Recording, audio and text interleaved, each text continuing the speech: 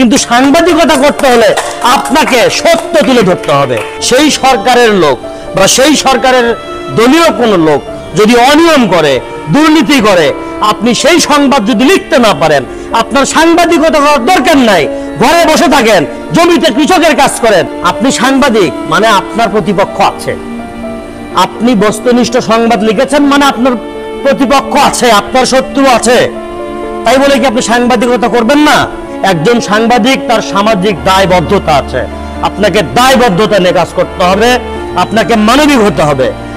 হলুদ সাংবাদিকতা, অপসাংবাদিকতা এগুলো করতে দেব না।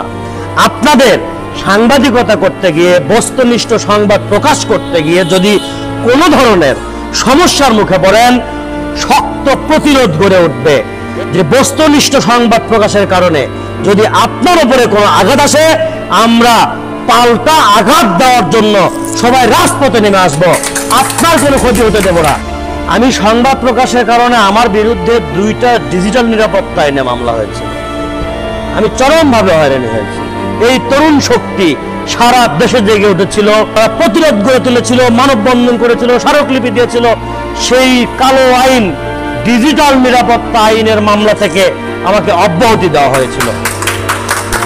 সবার সাথে মিশেছি, কিন্তু যেখানে অন্যায় হয়েছে, যেখানে লুটপাট হয়েছে, যেখানে অপরাধ ঘটেছে, জায়গা দখল বা বিভিন্ন জায়গায় পেশি শক্তির প্রয়োগ, এই সবগুলো সংবাদ আমি তুলে ধরেছি। এইগুলো বস্তুনিষ্ঠ সংবাদ প্রকাশের কারণে আমি নন্দীগ্রাম উপজেলা পরিষদের সকল সরকারি দপ্তরে ছিলাম নিষিদ্ধ সাংবাদিক।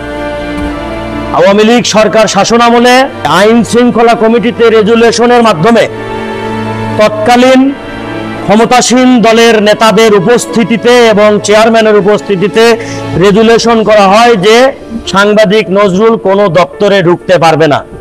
কিন্তু আজকে দেখেন, আমি সব জায়গায় ঢুকতে পারি, সব জায়গায় যাই, সব জায়গার সংবাদ পরিবেশন করি, কিন্তু আজকে তারা সরকারি দপ্তর কেন উপজেলা পরিষদে ঢুকতে পারে না।